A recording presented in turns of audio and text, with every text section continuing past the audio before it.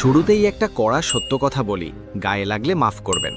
আপনি কি জানেন আপনি আসলে প্রতিদিন একটু একটু করে ফকির হচ্ছেন? জি ভাই, ঠিকই শুনেছেন। আপনি হয়তো ভাবছেন, আরে ভাই, আমার তো ব্যাংকে 10 লাখ টাকা আছে, আমি ফকির হব কেন?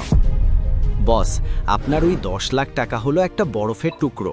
ফ্রিজের বাইরে রাখলে বরফ যেমন গলে পানি হয়ে যায়, ঠিক তেমনই ব্যাংকে বা তোষকের নিচে ফেলে রাখা আপনার টাকাও ইনফ্লেশন বা মুদ্রাস্ফীতি নামের এক রাক্ষস গপ গপ করে গিলে খাচ্ছে। বিশ্বাস হচ্ছে না? আজ থেকে 5 বছর আগে 100 টাকা নিয়ে বাজারে গেলে ব্যাগ ভরে বাজার আনতেন, আর এখন 100 টাকায় এক হালি ডিম আর এক আঁটি ধনেপাতা ছাড়া কিছুই পান না। পকেটের টাকা ঠিকই আছে, কিন্তু তার জোর কমে গেছে। তো বস, এই বরফ গলা ঠেকাবেন কিভাবে? টাকা কি ব্যাংকে এফডিআর করবেন, নাকি বউয়ের জন্য সীতাহার গড়াবেন, নাকি গ্রামে এক টুকরো জমি কিনবেন? আজকের ভিডিওতে আমরা বল্টুর জীবনের এক মহা চিপায় পড়া গল্প দিয়ে এই রহস্যের সমাধান করব। ভিডিওর শেষে এমন একটা সিক্রেট টিপস আছে যেটা জানলে আপনার চোখ কপালে উঠবে, তাই ভিডিওটা স্কিপ করলে লসটা কিন্তু আপনারই, আমার না। আমাদের গল্পের হিরো বল্টু। বল্টু মিয়া সম্প্রতি দুবাই থেকে দেশে ফিরেছে। পকেটে তার গরম গরম 15 লাখ টাকা। বল্টু এখন নিজেকে এলাকার ডন মনে করছে। সে ভাবছে এই টাকা দিয়ে সে এমন কিছু করবে যাতে তাকে আর কোনোদিন কাজ করতে না হয়। কিন্তু সমস্যা হলো, বল্টুর মাথায় বুদ্ধি কম, কিন্তু তার পরামর্শদাতা অনেক বেশি। বল্টু গেল তার বড় ভাই মফিজের কাছে। মফিজ ভাই এলাকার স্বঘোষিত অর্থনীতিবিদ। মফিজ পান চিবাতে চিবাতে বলল, শোন বল্টু, দুনিয়া বড় খারাপ জায়গা। টাকা পয়সা হাতে রাখা মানেই বিপদ। তুই সোজা ব্যাংকে যা, টাকাটা ফিক্সড ডিপোজিট বা এফডিআর করে দে। মাস শেষে সুদ খাবি আর পায়ের ওপর পা তুলে আয়েশ করবি, টেনশন ফ্রি লাইফ। বল্টু ভাবল, আইডিয়া তো খারাপ না, ব্যাংকের এসি রুমে বসে চা খাবো আর টাকা বাড়বে। কিন্তু দাঁড়ান বস, আসল খেলা তো এখানেই। ব্যাংকে টাকা রাখা মানে হলো বাঘের খাঁচায় মাংস রাখা। কেন জানেন? ধরুন ব্যাংক আপনাকে 8 টাকা সুদ দিচ্ছে, আপনি তো খুশিতে বাকবাকুম, কিন্তু বছর শেষে সরকার আপনার ওই লাভ থেকে 10-15% ট্যাক্স কেটে নেবে।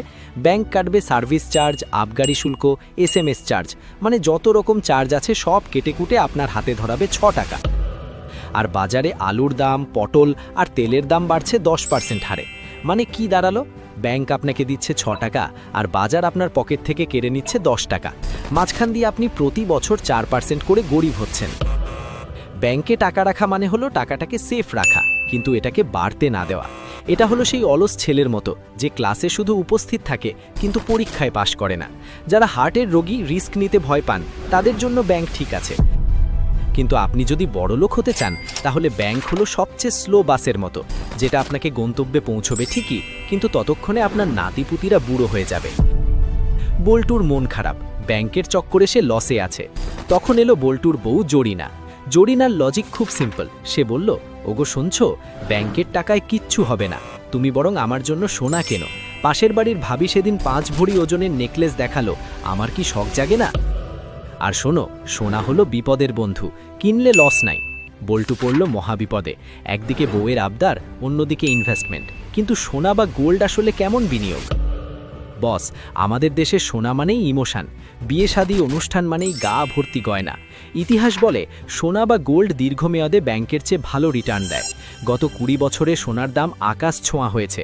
যখনই দেশে যুদ্ধ লাগে, মহামারী আসে বা টাকার মান কমে যায়, তখন সোনার দাম বাড়ে। সোনা হলো সেই লয়াল বন্ধুর মতো যে বিপদে আপনার হাত ছাড়ে না। রাত 3টে টাকার দরকার, বউয়ের গয়না নিয়ে বের হন, ক্যাশ টাকা রেডি। কিন্তু এখানেও একটা বিশাল শুভঙ্করের ফাঁকি আছে। বল্টু যদি এখন 15 লাখ টাকার গয়না কেনে, তাহলে প্রথমেই তাকে 15-20% মেকিং চার্জ বা মজুরি দিতে হবে। মানে গয়না কেনার সাথে সাথে বল্টু 15 লাখ টাকার মালামাল হাতে পেল, যার আসল ভ্যালু হয়তো 12 লাখ টাকা। বাকি 3 লাখ টাকা তো মজুরিতেই হাওয়া। আবার যখন টাকার অভাবে ওই গয়না বেচতে যাবে, তখন দোকানদার বলবে, ভাই খাদ আছে, অ্যাসিড টেস্ট করতে হবে, অমুক চার্জ তমুক চার্জ। মানে কেনার সময়ও লস, বেচার সময়ও লস। তাহলে কি সোনা কিনবেন না? অবশ্যই কিনবেন, কিন্তু বউকে খুশি করার জন্য গয়না কিনলে সেটা বিনিয়োগ নয়, সেটা হলো খরচ। বুদ্ধিমানরা কেনে সোনার বার বা কয়েন, যেখানে মজুরি কম এবং লস কম, অথবা ডিজিটাল গোল্ড। কিন্তু বল্টু তো আর এসব বোঝে না। সে বউয়ের কথায় গয়না কিনলে শিওর ধরা খাবে। সোজা কথা, সোনা আপনাকে ইনফ্লেশন বা মুদ্রাস্ফীতির কামড় থেকে বাঁচাবে, কিন্তু আপনাকে রাতারাতি আম্বানি বা আদানি বানাতে পারবে না। বল্টু এবার হতাশ হয়ে চায়ের দোকানে বসে আছে। তখন সেখানে হাজির এলাকার আসল খেলোয়াড়, ব্রোকার বা দালাল চাপাবাজ কাশেম। কাশেম ভাই বলল, আরে বল্টু, তুই কি বোকা? টাকা কি ব্যাংকে বা সোনায় পচে? টাকা মাটিতে ঢাল, মাটি কোনোদিন বেইমান করে না। ওই দেখ, পদ্মার পাড়ে চর জেগেছে, এক্ষুনি কিনে রাখ, 5 বছর পর দেখবি ওটা গুলশান হয়ে গেছে। জমি কেন, জমি? কাশেম ভাইয়ের কথা শুনে বল্টুর চোখে টাকার ঝিলিক।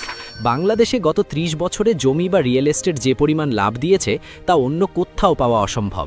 10 বছর আগে যে জমির দাম ছিল 1 লাখ, এখন তার দাম 15 লাখ। জমি আপনাকে বছরে 20 থেকে 30% পর্যন্ত রিটার্ন দিতে পারে। এটা হলো সেই ঘোড়া যে দৌড়ালে থামানো মুশকিল। কিন্তু বস, লাফ দেওয়ার আগে গর্তটা দেখে নিন। বাংলাদেশে জমি কেনা আর বাঘের পিঠে চড়া একই কথা। কাশেম ভাইয়ের মতো দালালরা আপনাকে বিলের মাঝখানের জমি দেখিয়ে বলবে এটা হাইওয়ে হবে।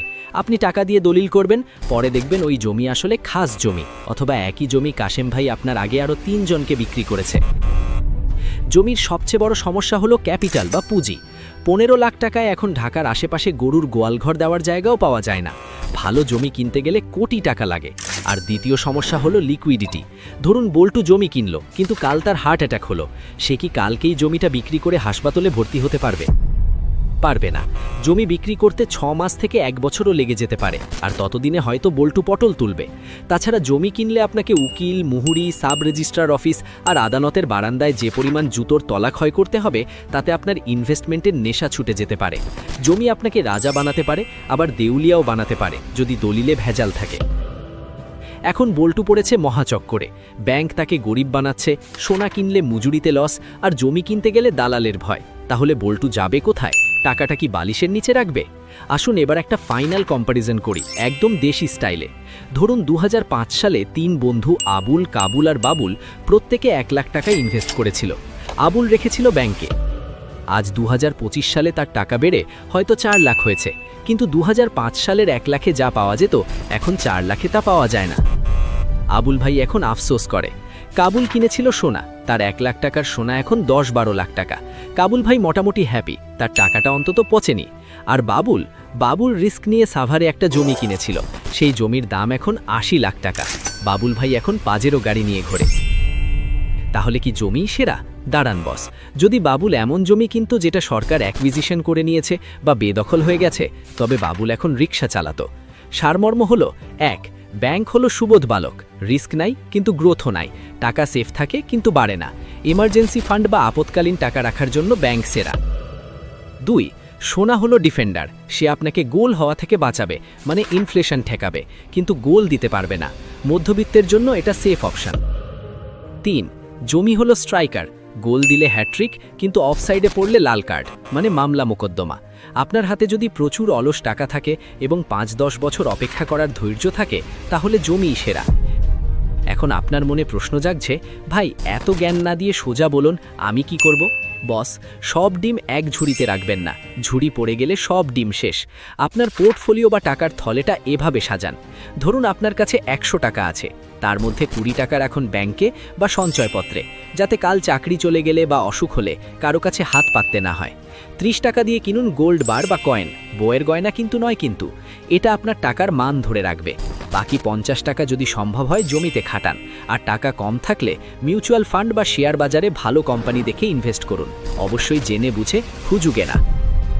আর হ্যাঁ বস, আপনি যদি অল্প টাকায় শেয়ার বাজার বা মিউচুয়াল ফান্ডে বিনিয়োগ করে বল্টুর চেয়েও দ্রুত বড়লোক হতে চান, তাহলে উপরে আই বাটনে দেওয়া আমাদের ওই স্পেশাল ভিডিওটা মিস করবেন না। ওটা দেখলে আপনার ইনভেস্টমেন্টের গেমই চেঞ্জ হয়ে যাবে। এক্ষুনি ক্লিক করে দেখে নিন। বল্টুকে আমরা এই পরামর্শই দিলাম। সে এখন 15 লাখ টাকার মধ্যে 5 লাখ ব্যাংকে রেখেছে, 3 লাখ টাকার গোল্ড কয়েন কিনেছে, আর বাকি 7 লাখ টাকা দিয়ে গ্রামে একটা ছোট ধানি জমি বর্গা দিয়েছে। বল্টু এখন হ্যাপি, তার বউ হ্যাপি, এমনকি কাশেন বালালও হ্যাপি, কারণ বল্টু তাকে চা খাইয়েছে। মনে রাখবেন বস, টাকা ইনকাম করা কঠিন, কিন্তু টাকা ধরে রাখা আর সেটাকে বাড়ানো আরও কঠিন।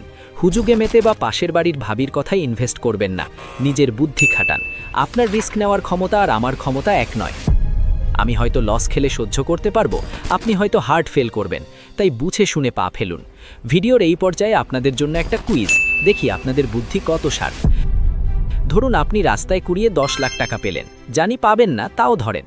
এখন এই টাকা দিয়ে আপনি কি করবেন?